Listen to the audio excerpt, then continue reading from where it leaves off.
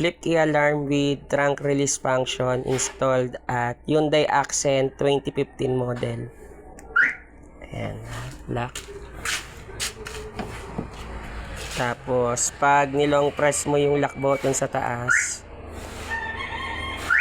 yan, car finder, pag di mo mahanap yung sasakyan, pag nakita mo na isang pindot, yan, mamamatay. Tapos, unlock.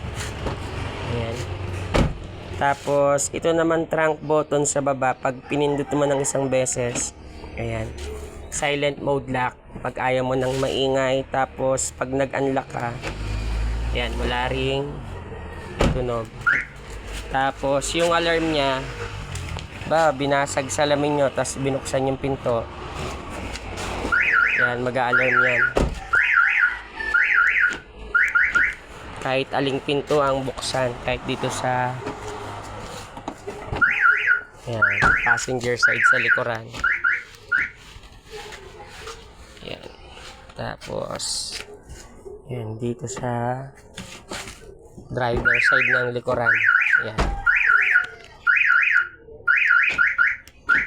Tapos last, ayan, driver side. Yan. Kaya kahit aling pinto pero sa yung buksan ng magnanakaw, kaya makakasigurado kayong mag-a-alarm ang inyong sasakyan. Tapos nilagyan din natin ng trunk release. Ayan. Halimbawa, gusto nyong buksan yung trunk pero gusto nyong nakasara lahat ng mga pintuan, ilolong press nyo yung trunk button sa baba. Ayan, magbubukas yan. Pero, ayan, nakalak pa rin yung mga pinto. Tapos, halimbawa naman may mga kasama kayong sasakay. Ayan, nakalak pa, no? May mga kasama kayong sasakay, tapos bubuksan nyo yung trunk. Instead na ang gagawin nyo, pipindutin nyo yung trunk, tapos pipindutin nyo pa yung unlock. Ang gagawin nyo na lang, ilolong press nyo yung unlock. Ayan, magbubukas yung trunk. Tapos yung mga pinto, ayan, bukas na rin.